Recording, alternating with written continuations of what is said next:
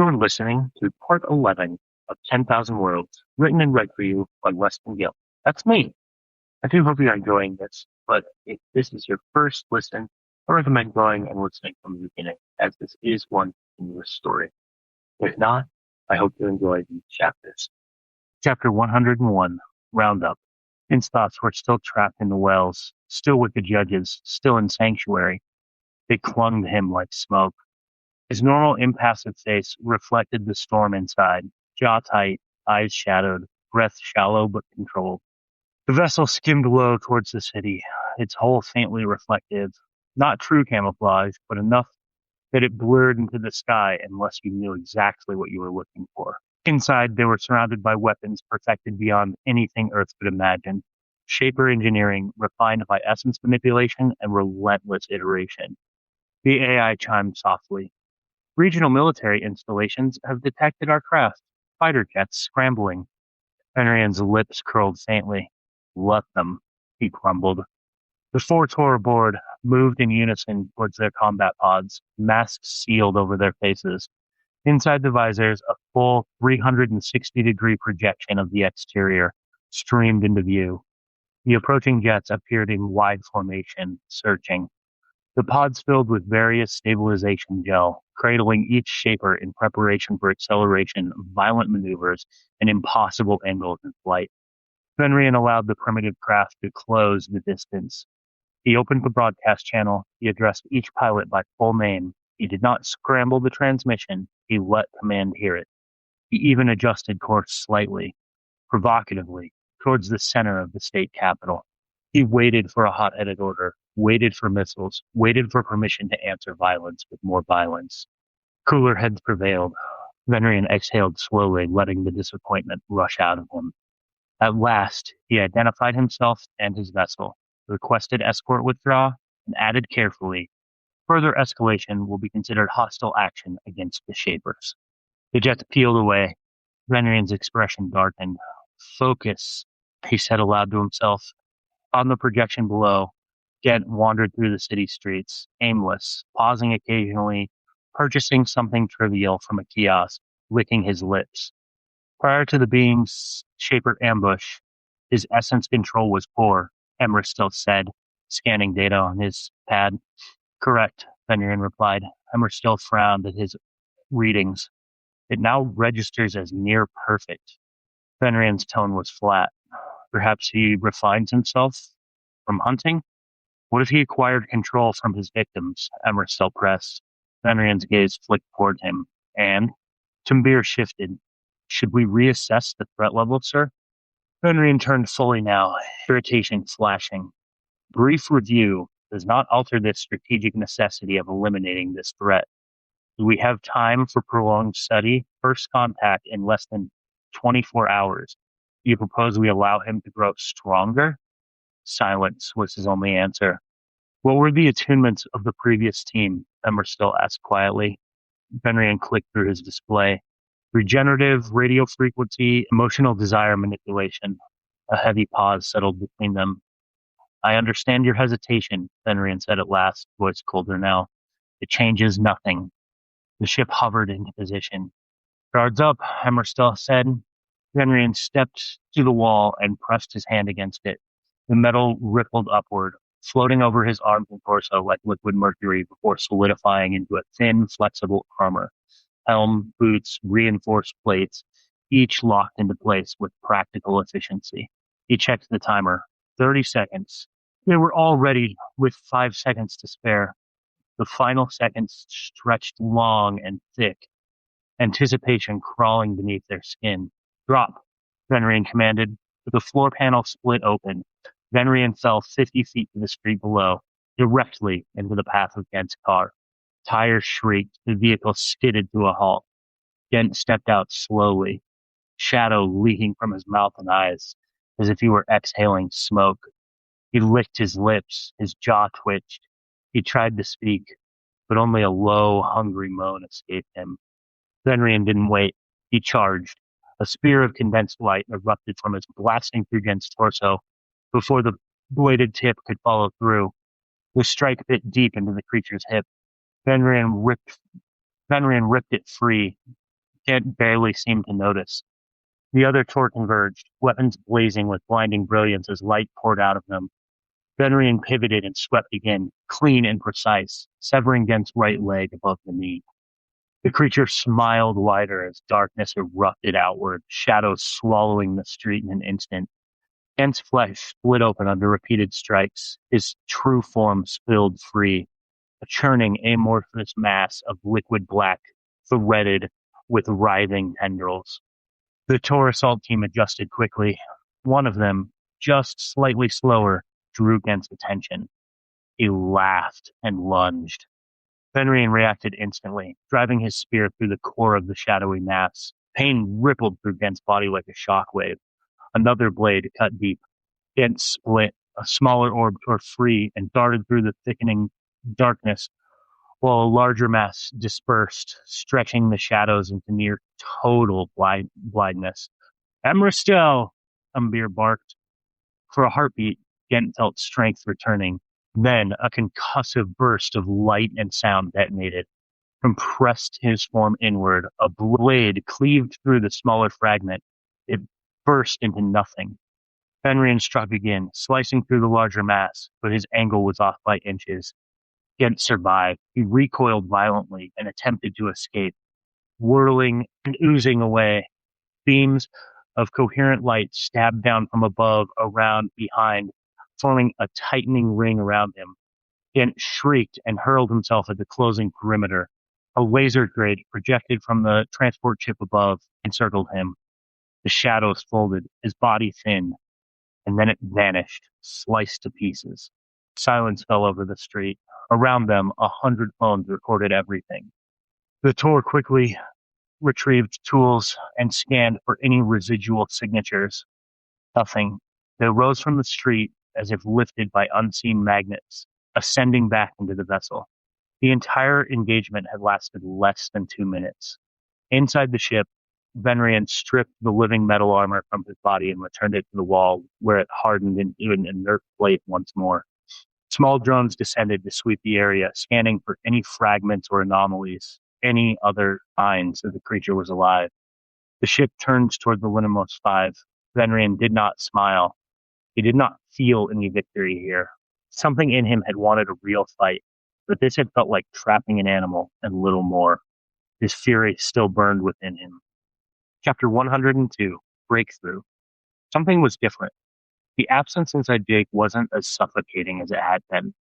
The missing piece, the hollow space where his sight had lived, no longer pressed against him like a weight. Either the exercises were finally working, or something out there had shifted. He could feel it, his essence. It was distant, thin, hard to grasp, but it was there. It had happened suddenly. One moment, it had been completely blocked. Unable to feel even the faintest thread of power, he pushed into his fragile little constructs. The next, while working through a repetition of control, it flickered back into reach. Shallow, faint, but real. Jake leaned forward on his bed, breathing carefully. He started the exercises again, from the beginning, hands hovering in front of him, fingers trembling slightly as he tried to trace the sensation. A knock sounded at the door. He ignored it. He couldn't lose this. He focused harder. The door opened anyway, first a crack, then wider. His concentration snapped, and he looked up with a scowl. "You feel it too, don't you?" Emily asked from the doorway. Jake nodded once. Something changed. She stepped inside and shut the door quietly behind her. Crossing the room, she sat beside him on the bed and glanced at the tablet in his lap. A paused video showed a strange structure made of interlocking sticks. The title mentioned advanced control techniques. "I can almost see again," Jake muttered, flipping the tablet face down. Emily's eyes widened. She felt the shift too, but differently. Where Jake sounded hopeful, she felt the opposite. Her power was still there, but it had been like standing behind glass, close enough to see, too far to touch. When it had been completely severed, there was nothing to think about. Now, the distance was unbearable. "He's gone," Jake said, brow furrowing as he concentrated. "Who's gone?" Emily asked quietly. "There was a mage blocking our powers." Jake closed his eyes, his fists clenched and unclenched rhythmically. You can see? She whispered. Jake gave the faintest nod. What's happening? She wasn't sure if she wanted an answer. It's fuzzy, still far away, but he trailed off. Emily stood and began pacing, chewing her lower lip. The door cracked open again. Nina slipped in without knocking. You feel it too, don't you? She asked softly. She took in the scene instantly. Jake focused, Emily tense, and said nothing more. A third interruption came without subtlety. Cup pushed the door open and leaned casually against the frame. You want to work on our guild stuff, Jake? He glanced at the two girls. What's going on? Emily hissed for him to be quiet. Can't you feel that? Nina asked, staring at him as like he'd missed something obvious. Feel what? Cup shrugged. Our powers are back, Nina whispered. Cup smirked. Emily and Nina rolled their eyes in perfect synchronization. Jake was trembling now, though not from fear, from a pressure that he was pushing on from within. Jake, Emily said, sitting beside him and wrapping an arm around his shoulder, you're shaking. I'm fine, he said through clenched teeth. It's getting easier. He opened his eyes suddenly and smiled. The trembling stopped. Yeah, Cup, he said lightly. Let's talk about our guild or whatever. Emily and Nina exchanged a look. They had definitely missed something. Cup grinned. Hamburgers? Jake stood immediately. Hamburgers, he agreed. The two boys left the room as if nothing extraordinary had just happened. Emily stared after them. What just happened? What was that? Nina echoed her. They followed. In the kitchen, Cup grabbed burgers from the fridge. He hesitated only long enough to snag a beer, then reconsidered and grabbed a soda too, before heading to the backyard after Jake. A few others were already outside, talking quietly. All right, guys, Cup announced loudly. Let's talk about what we want to name our school or house or guild or whatever. What? Emily demanded from the door, patience finally cracking. You know, Cup continued, nodding emphatically. Aaron said we're supposed to be leaders for Earth. We're forming an organization. Jake and I thought it'd be cool to make houses or clans or something. Now's as good a time as any, right? Emily looked at Nina again, completely lost. Come on, Emily, Aaron called as he stepped out of the back door and brushed past them. Just like those books you always liked. Aaron, Emily stared at him as if he'd grown a second head. Yeah, Em? He said easily. She narrowed her eyes. Jake tilted his head slightly. Actually, no one's close right now, and none of them are watching directly. The yard went still. There's only 3, he added after a moment. Only 3 you can see, Cup corrected, nudging him. Jake shook his head. No, just 3. The rest are getting ready for their operation. Cup raised a brow. You're sure? Jake smiled, confident. Yeah, I'm sure. Emily noticed his hand trembling as he spoke. Silence settled over the group as the meaning sank in.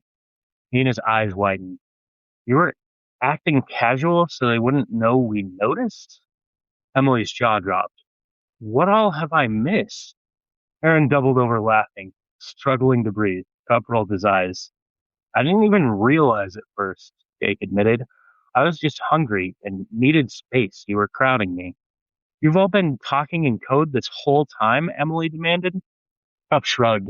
We never really worked out a code that'd work for everyone. Emily turned back to Jake. Why aren't we worried now? We trust Jake, Aaron said simply. You barely know him, she shot back. Aaron shrugged again. He's a good kid. Jake flushed. Cup ruffled his hair and pulled him briefly into a headlock. Jake squirmed free, grumbling. So we're not talking about the guild? He asked, annoyed and disappointed. Cup laughed. Not yet. We've got bigger things to worry about now. Everyone turned to him. A quiet settled. Like what? Jake asked. Cup's expression shifted, still easy, but sharper. Like what we're going to do about the Shapers, and how you got your powers back. The air felt different, lighter, and heavier at the same time. After 103, leadership. No, Huet, I need you to help me complete this. Ryland's voice carried more exhaustion than authority as he looked up at the projector. For once, he had no clever solution ready, no calculated angle, just a plea. Huet didn't answer.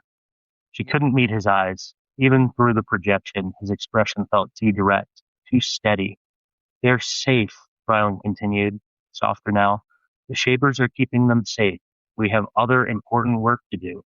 The Shapers? Huet spat the word like it burned her tongue. The organization wiping out worlds is going to keep them safe? Rylan shook his head slowly. You know it's more complicated than that. Most of them don't know what they're part of. The ones that do, he paused. They refuse to believe it. They're monsters, Huet snapped, and we can finish the work once we deal with them. Rylan leaned back in his seat and laced his fingers behind his head, staring at the ceiling for a moment before looking back at her. What will you do once you rescue them? Huet's jaw tightened and she looked away. They can help, she said finally. Help me, help us. We could finish this tedious work twice as fast. What if this work is what defeats the Shapers? He raised an eyebrow and lowered his arms. Huet straightened sharply. It's not, she said quickly. I know what we're doing. A flicker of doubt pressed through her eyes before she could hide it. Ryland saw. He smiled genuinely. Of course you do. A quiet chuckle escaped him. One thing at a time. We won't do ourselves any favors by splitting our focus. Huet sighed and rolled her eyes, but the gesture lacked conviction. If you want to rescue our new friends and babysit them while we finish this, you're welcome to. It was a concession, but a measured one. He didn't believe she truly wanted that burden. Fine, Huet said. This will go twice as fast with their help anyway. She stepped away from the projector and moved towards the front of her cargo container. Huet, Ryland stood, stretching slightly. There was a warning in his voice. She didn't look back. Instead, she gathered a bag and swung it over her shoulder. As she passed the projector, she paused only long enough to sever the connection. The screen went dark. Outside, wind moved across the cliffside in restless bursts. The canyon below waited, raw, unfinished, and impossibly vast. Huet paced along the edge, boots scraping stone. Was this leadership or impulse? She stood there for several long minutes, replaying the conversation in her mind. Every step that had brought her here, every compromise, every decision. This wasn't the life she'd imagined. It wasn't any kind of life someone imagined. A low, questioning hum rose behind her. Click Click crested the hill, his shell catching the fading light. He paused when he saw her, standing still, bag slung over her shoulder. I'm going to get the children, Huet said, before he could ask. They'll help us finish this project. But she didn't move. Click Click answered her with sharp series of clicks layered over a hum, insistent and probing. Huet shook her head. I'm sure. The lie felt thin, even to her. Click Click tilted his head, studying her posture, her breathing, the tension in her shoulders. I'm sure, she repeated, stronger than the last time. Click Click's shoulders lifted and fell in slow, methodical rhythm. Without another sound, he turned and walked into the container. Huet watched him go. She drew a long, steady breath, held it, then let it out, a frustrated huff. The bag slipped from her shoulder. She marched back into the container, tossed to the side, and grabbed the crate of tools instead. When Click Click emerged carrying another heavy box, she was already lifting her own. Neither of them spoke as they made their way down into the canyon. Huet's mind raced. The entire descent, the children of Earth, the Shapers, the war was coming, faster than anyone wanted to admit. And the terrible possibility that Rowan was right, that leadership sometimes meant choosing the long path over the loud one. Chapter 104, Mess. Mora felt beads of sweat gathering along her hairline, slide down her temples, and cool against her skin. To say the incursion of Earth wasn't going well would be a catastrophic understatement.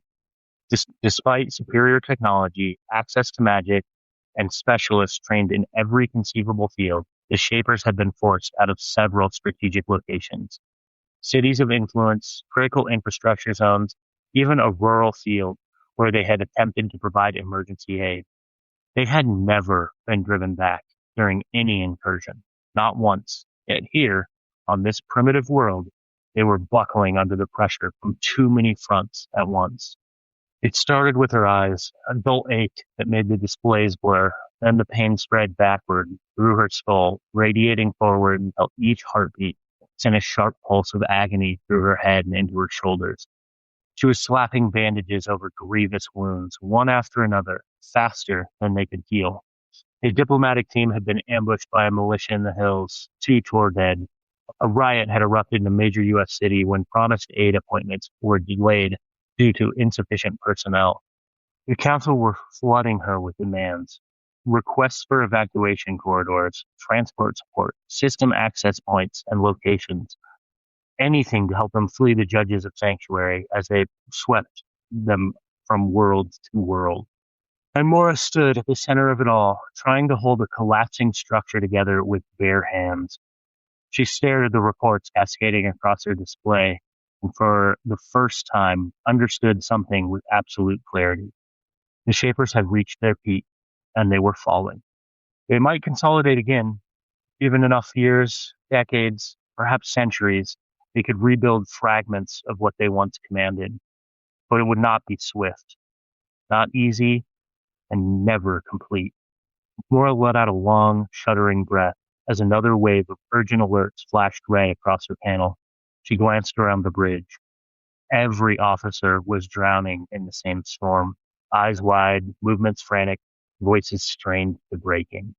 Not one calm face, not one steady presence. Something inside her cracked. Tears slipped free before she could stop them, sliding down her cheeks in that quiet, terrible moment. She knew with absolute certainty, down to the deepest threads of her essence, Rylan had been right. The realization filled her with equal parts rage and grief. She wiped at her eyes harshly, as if she could erase the truth along with the tears. Commander, Luminous 5's AI announced smoothly, incursion forces are being redeployed as reinforcements arrive from other worlds. Would you like to see a summary of events? Mora shook her head once sharply. No, she said, her voice flat with exhaustion and fury. Patch me through to Venrian. The connection opened almost instantly. Yes, Commander, Fenrian's voice came through, controlled, disciplined, but edged with tension. Mora's gaze hardened. I want you to go wrangle Ryland's children, she said quietly, and find out where he is. Chapter 105. Escape.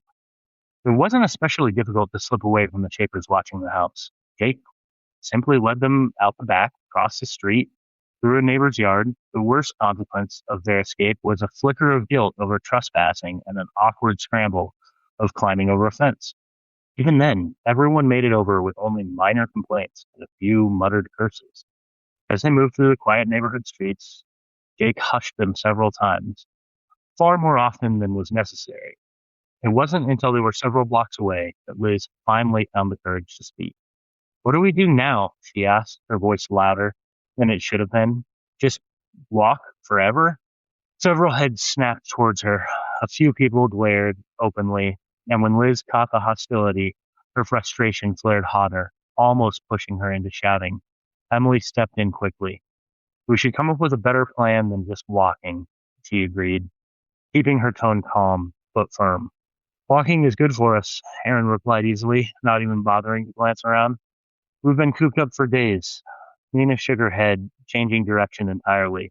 Where's Huet? Orla? Rylan? Shouldn't they come for us? Why do we need them? Up asked with a shrug. He had heard all the stories, another world, training, magical lectures, and none of it had impressed him. To him, it had started to sound like a kid obsessing over the same movie for days at a time. He shrugged. I think they'd want us to figure this out ourselves, he said. You said they're enemies of the Shapers. They're probably busy. His eyes drifted towards Aaron, the one person who always seemed to know more than he let on, the one person that remained calm. Vince suddenly stiffened. Do you feel that? He asked urgently. Yeah, Jake answered with a relieved sigh. We're out of that suppression zone now. Aaron frowned slightly.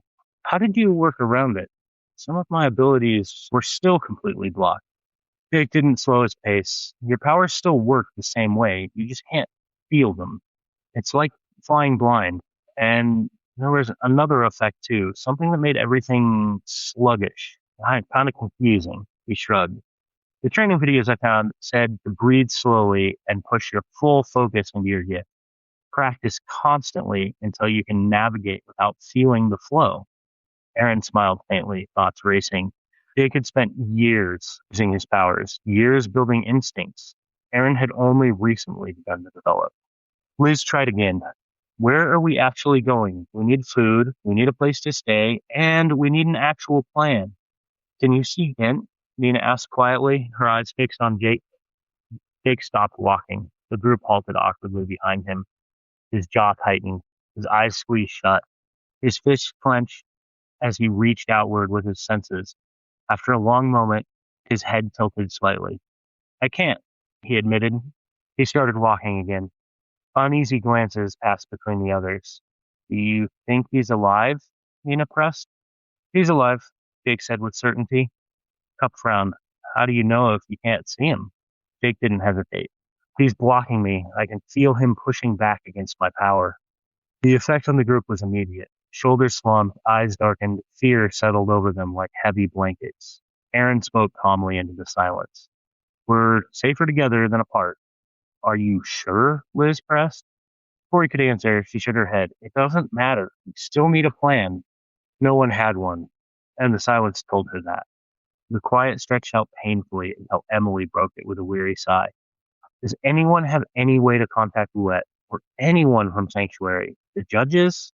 She looked around, hope flickering only briefly. No one spoke. Why didn't we make a plan before we left? Liz muttered, frustration bleeding into anger now. I think we were being watched, Cup said, meeting her eyes with a helpless shrug. Almost everyone looked at Jake. He saw it immediately through the mental windows he kept open around them. Don't look at me, he said without missing a step. My powers were blocked too. That didn't stop them from looking. Aaron glanced sideways at him, amused. Jake noticed instantly. What? He demanded, looking over at Aaron. Aaron only shook his head and chuckled softly. Liz cut in again, determined. We still need a plan. There's a park up ahead, Aaron said, nodding towards the trees coming into view. We can sit and think. Let's not stop. Stephanie's voice cut through the group sharply. Everyone turned towards her. She looked shaken, though she didn't fully understand why. The idea of stopping filled her with a deep, instinctive wrongness, like stepping towards a cliff she couldn't see. I don't know why, she added quickly, but we shouldn't stop there. Jake groaned. Great. Aaron studied her for a moment, eyes narrowing thoughtfully. All right, he said. We keep moving. We'll figure something out on the way. The situation clearly calls for pizza, Up announced suddenly. There's a place just down the street.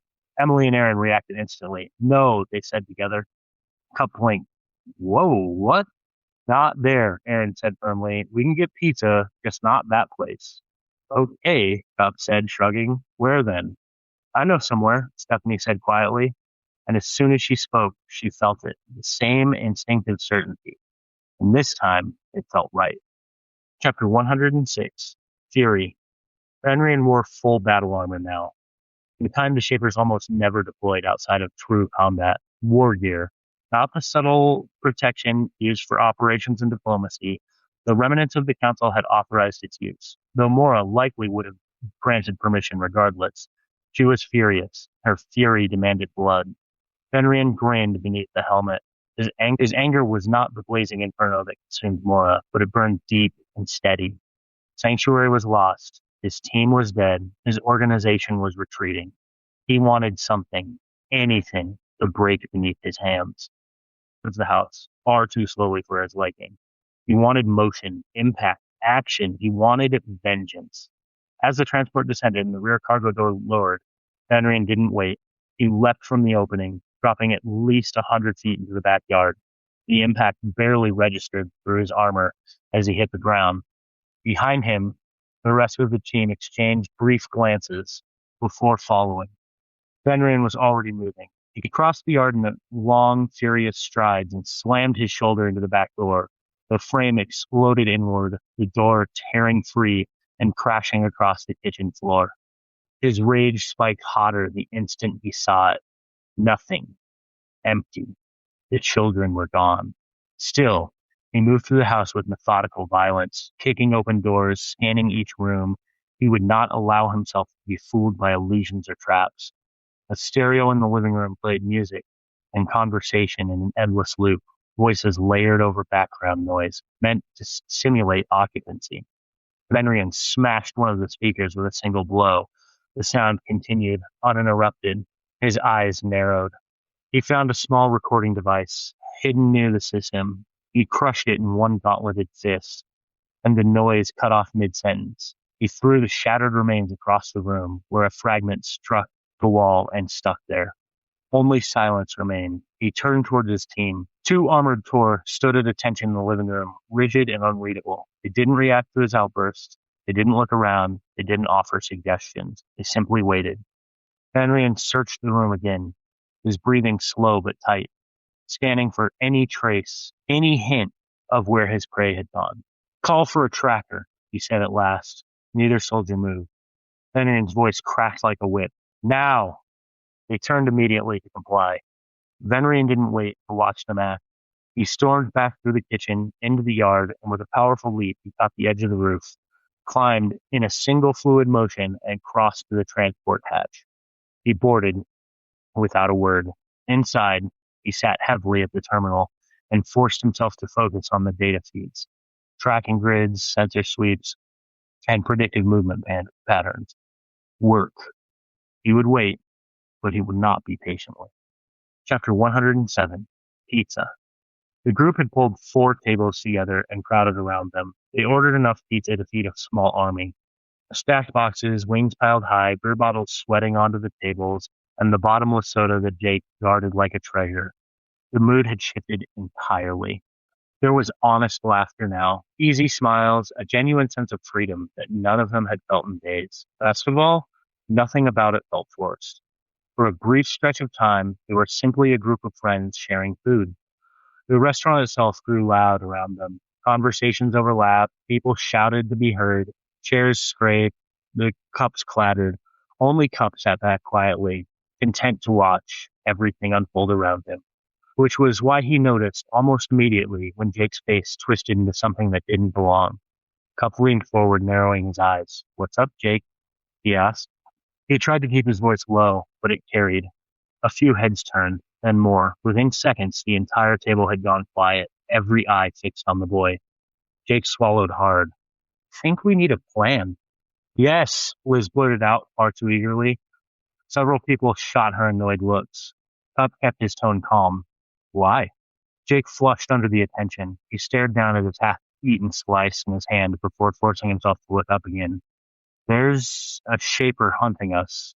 The words settled heavily over the table. Jake drew a breath and continued quieter now. "He smashed into the house. He's violent and mad." He looked from face to face as if begging them to understand what he was trying to say.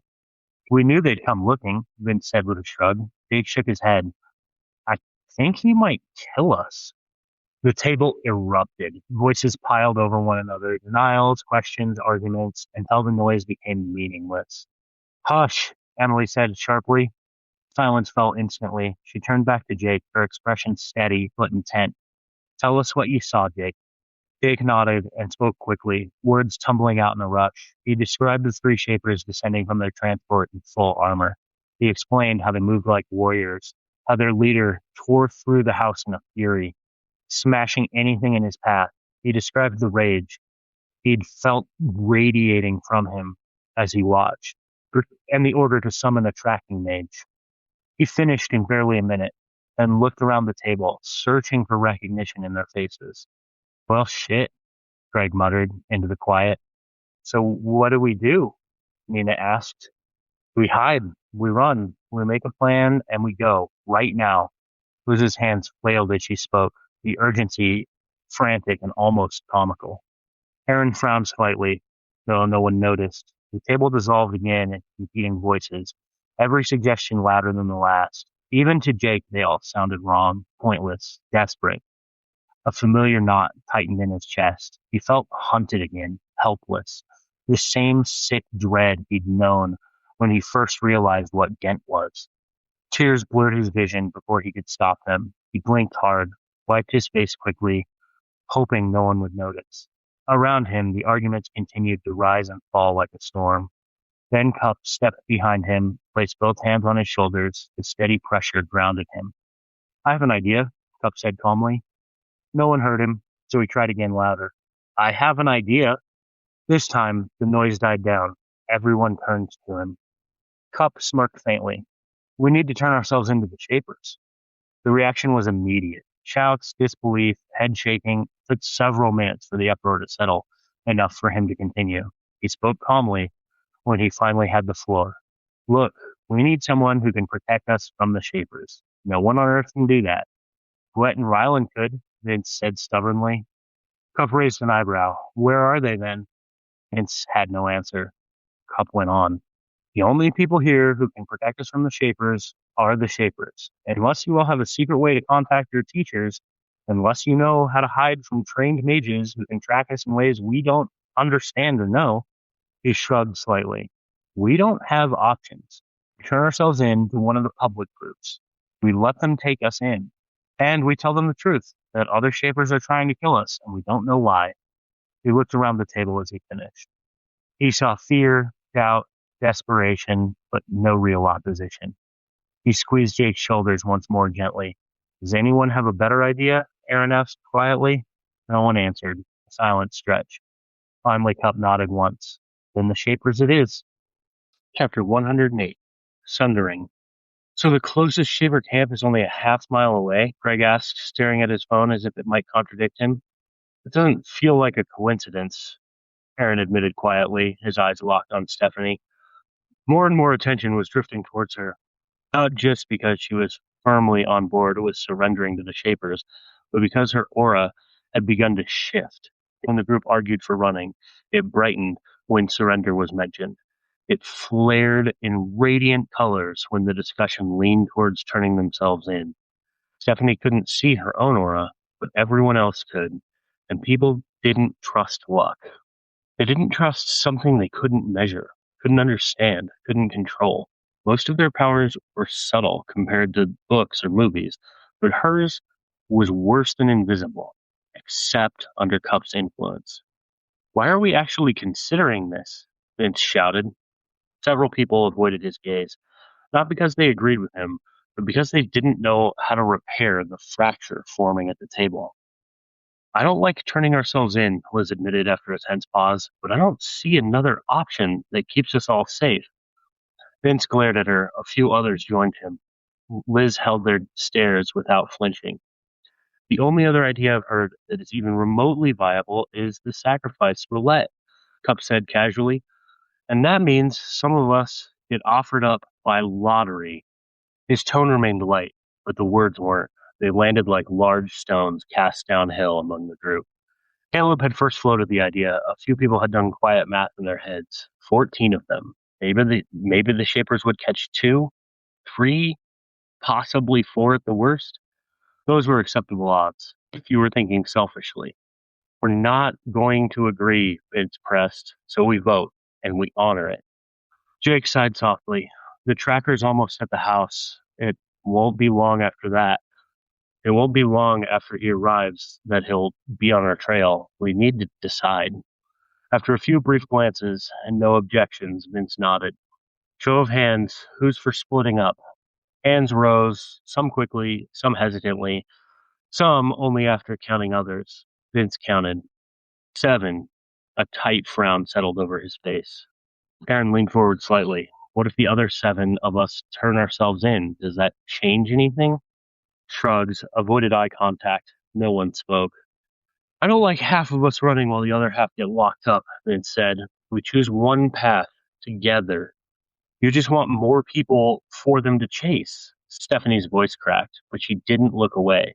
You're sacrificing someone and you have no idea who it's going to be. Vince looked down, ashamed, but only briefly. Why shouldn't we give each other the best chance? Not everyone has to die. Stephanie drew in a breath. I'm turning myself in, she said steadily. If that changes anyone's vote, so be it. It's the only thing that feels right. The table erupted again. Voices overlapped. Accusations flew. People stood. Chairs scraped against the floor as they were pushed back. Cup rose quietly. He walked around the table, placed a steady hand on Stephanie's shoulder, and began making deliberate eye contact with the others who had sided with her. Without another word, Cup turned and walked towards the front door with Stephanie. Jake followed, then Aaron, Emily, Nina, Sarah, and Will. Jake glanced back as the rest hesitated. He locked eyes with Liz. There was something in his expression. Regret, maybe? Then he turned away. Six of them headed towards the Shaper camp on foot. The first block passed in silence. This doesn't feel right, Nina whispered. It's the only thing that feels right, Stephanie answered firmly. Aren't we abandoning them? Nina's voice wavered. What choice do we have? Emily asked. Though she sounded unconvinced herself. Nina twisted her hands as she walked. I'll keep an eye on them, Jake offered gently. They'll be okay. Came out more as a question and held all of his own disbelief in the statement. What are they doing? Aaron asked. Jake focused briefly. They're still arguing at the pizza place. Cup and Aaron both muttered curses. They're wasting the head start, Emily said. They're going to get caught, Aaron added grimly. I'm going back, Will said suddenly. He didn't hesitate. He turned and broke into a jog towards the restaurant. Jake watched him go, frowning. Is he coming back? He asked. Cup didn't answer. He gripped Jake's shoulder and gently steered him forward. The others watched Will disappear around the corner. None of them moved to follow. Eventually, they walked to catch up with Cup, Jake, and Stephanie. When the camp came into view, they slowed instinctively. Whatever they had imagined, this wasn't it. A wall of black glass surrounded the outpost, not opaque, but dark enough to obscure the details within. Small modular structures sat inside the perimeter. Figures moved between them. Guards patrolled along the top of the walls as well. Above the camp hung a massive holographic projection, a red sphere with three white diagonal lines across it. Within those lines, curated images played in silent rotation, historical moments, rescues, triumphs, propaganda, effective emotional manipulation in silent video format. Every eye in the group lifted to it. Well, Cup said finally, nothing to wait for. He stepped towards the camp. Wait, Jake called. Shouldn't we get Will? A few of them glanced back instinctively, though they all knew he wouldn't have time to convince the others of anything. Hope flickered anyway. Cup turned slowly. Is he coming back? He asked calmly. Jake looked at the ground. That was answer enough. Cup nodded once. Then let's not give ourselves reasons to stall. He walked towards the gate. As they approached, Jake noticed something else. Protesters lining the outer perimeter, signs written, voices shouting at those waiting in line. The line itself was long but moving. Each person who reached the gate either stepped inside or was turned away within moments. As Cup drew closer, a faint glow began to radiate from a few people nearby. Guards on the walls shifted. Attendants at the gates scanned the crowd. One guard pointed, another spoke into a radio. Two uniformed shapers exited the gates and approached Cup before he reached the line. The rest of the camp stopped, watching from several yards back. Cup spoke calmly with the shapers. After less than a minute, he pointed back towards the others. Aaron sighed heavily. Guess we're committed now. A few murmured agreement. They began walking forward. Will's not coming back, Jake said quietly as they moved. Everyone heard him, but none of them responded. As they approached, Cup turned and smiled broadly at them. Yeah, he called out cheerfully, as if this were all some sort of planned errand. We can definitely help out for the rest of the day. Chapter 109, Unlucky. Explain to me, Mora said, her arms crossed tightly over her chest, why you, the commanding officer of a Shaper force on this world, cannot round up the World Breaker's children. Her glare alone could have cut steel. In short, Commander, bureaucracy, Venrian replied carefully. I told you to explain, Mora snapped, not obfuscate. Venrian inclined his head slightly. The commander of the recruitment facility has heard rumors originating from Sanctuary, he said evenly. She has requested clarification from you repeatedly, dozens of times in fact. When I arrived to assume custody of the individuals who surrendered themselves, she refused transfer authority. Mora's jaw tightened and her fist clenched. She is holding them, Venrian continued, until you personally address her concerns. Silence stretched. Mora closed her eyes, her fists clenched so tightly her knuckles whitened. The faint scrape of her teeth grinding together filled the room. Would you like me to arrange a meeting? Venrian asked. No, Mora growled back. The word landed like a hammer. What have the other ones told you? She asked, gesturing towards the holding cells beyond the observation wall. They've told us enough to confirm that they know absolutely nothing, Venrian said calmly. Did you question them harshly? Mora growled. There was no need, Venrian said with a small shake of his head. After a brief pause, he added, unfortunately. Mora exhaled sharply through her nose. None of our trackers can find him, Venrian. I know he is here, and we cannot find him. Her voice lowered dangerously. I will require better results than this. She turned towards the exit. How? Venrian asked, his composure finally cracking. Do you expect me to accomplish that? Mora didn't slow. That is your job to figure out. The doors slid shut behind her. Venrian stood motionless until the room fell silent again. His breathing gradually steadied. He had nothing, less than nothing. The children already in custody were useless. The remaining recruits Rylan had gathered would likely prove to be the same. Intelligence failures stacked upon operational collapse while Sanctuary's forces closed in from beyond. He needed some leverage, some hint, or failing that, to take action, to quiet the growing storm in his mind. He left the chamber and walked the ship's corridors without direction. Personnel moved aside instinctively as he passed. He acknowledged them absently, thoughts turning faster and faster and growing darker with every step. As he rounded a corner, he nearly collided with Selfish. She recoiled immediately. Oh, Commander, my apologies. Selfish, Venrian said, studying her. Are you still reporting directly to Commander Mora? No, sir, not directly. She straightened instinctively. But I am honored to assist with the incursion and serve the Shapers, she added quickly, professional and polite. Your ambitions still lean towards command, don't they? Venrian asked. She hesitated briefly, then nodded. Yes, sir. Yet you appear troubled. Selfish looked down before she could stop herself. Oh, not troubled, she said quickly. Just adjusting, Commander.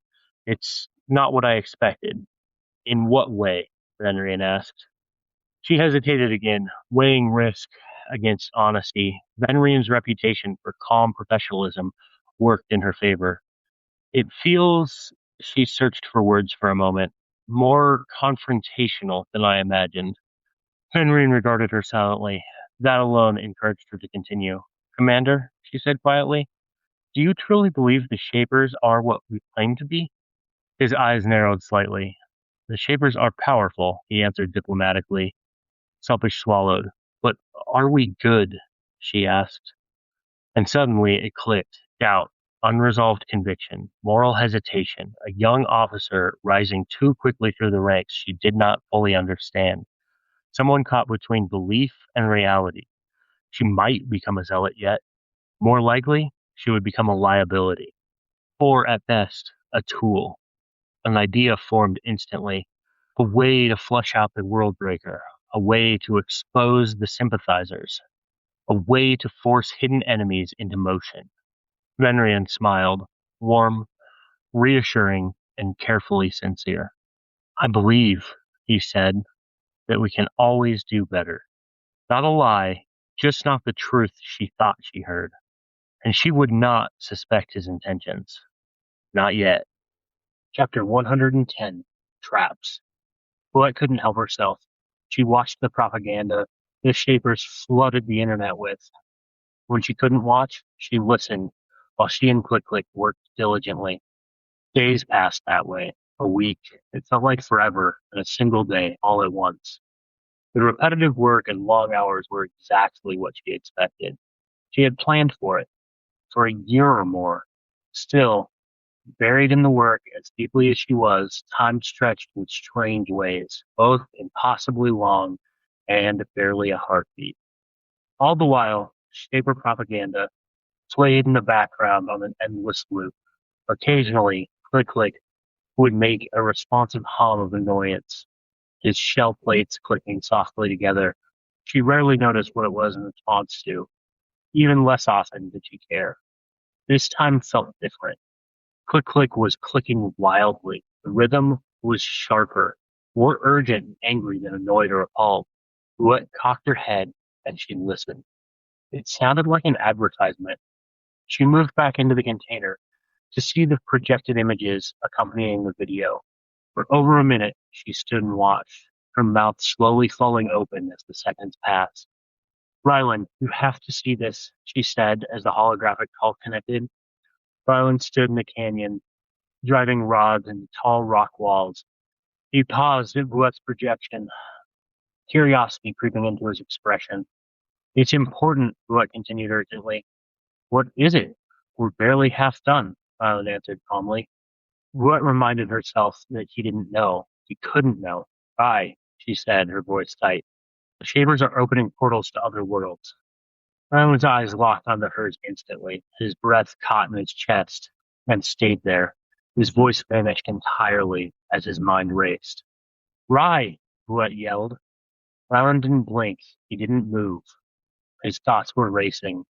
His mind was already calculating timelines, the Noctium, and their plans for Earth once everything was in place, which would be weeks, maybe months from now. Eventually, a desperate hope forced its way into his voice. How do you know? He asked.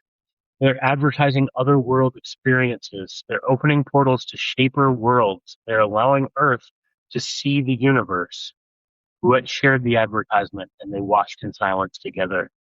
The Shapers traveled from world to world, offering their guidance to civilizations on the verge of collapse. Wars, famines, plagues, weapons of mass destruction, chemical accidents, and anything else that might mark the end of your society. The video showed the ruins of worlds the Shapers themselves had destroyed, had brought the Noctium to. The visuals were horrific. Rylan recognized the cities and sites immediately. Images of thriving societies were overlaid on each ruin. Crowded streets, gleaming towers, thriving life. One by one, they faded slowly into the background, leaving only the ashes and shattered landscapes behind. Rylan tried to swear. He tried to say something, anything. Only a rough burst of air escaped him as rage burned hot in his chest.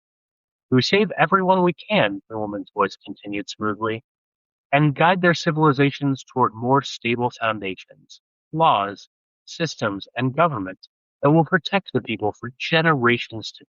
Scenes of other worlds followed. Wild nature, impossible buildings, finer feats of magic, technology far beyond anything Earth had imagined, even in science fiction. The images were professionally edited, each one landing like punctuation for the narrator's voice. Through the Shapers, your world will usher in prosperity and civilization previously imagined only in books and film of fantasy and legend. The footage shifted again. You can be the first of your people to visit other worlds. Join the Shapers, explore things you could never previously imagine. Seek lives of fulfillment and adventure today. The advertisement ended with images of a Shaper recruitment camp, smiling humans signing up to explore and serve the newly arrived aliens. Rylan started to speak, a quiet sound forming. Just wait, Huet said sharply. It wasn't a request, and the video continued. In 8 days, the Shapers will open portals to dozens of worlds. 400 portals around Earth will be opened so your people can witness what exists beyond what you've always known. Safety will be assured by Shaper escorts and tour guides. But the Noctium, Rylan said, ignoring the voice as it continued. They know. They have to know. Huet muted the video and stared at him, her brows raised. 400 portals to other worlds. Even if they're only slightly higher essence levels, it'll bring the Noctium in days, maybe hours. Her voice trembled now, panic creeping through every vein like poison. Rylan's eyes darted side to side, searching for something, anything. They know, Rye. They know you'll have to act. Huet rushed on. Rylan drew in a slow breath and locked eyes with his friend. Huet, you need to go to Sanctuary. Find Orla. We need more help than we can get on Earth, and faster than I think we have. Huet just stared at him. Huet, go. We can complete our work after we avert the Nokium. But Rai, there's so much left to do. Her face mirrored her internal defeat. Rylan gave her a gentle, sad smile. I have a plan. Orla will help. Tell her what happened and how long we have. Before she could argue, he reached out and ended the call. Huet blinked. Then she threw up her hands and screamed, loud and raw. Behind her, Click Click hummed sadly. She turned towards him. You stay. Keep working. We're already months behind. Huet stepped into the container and collected a small bag, a drive with the video, and the remaining things she might need. Then, she surrendered to the pull of Sanctuary. The world folded. A moment later, she stepped into their abandoned lair in the city that might have her final hope. Thank you for listening to Part 11 of 10,000 Worlds, written and read for you by Weston Gale. That's me.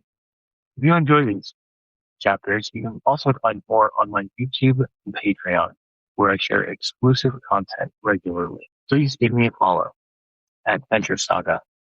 Thanks so much.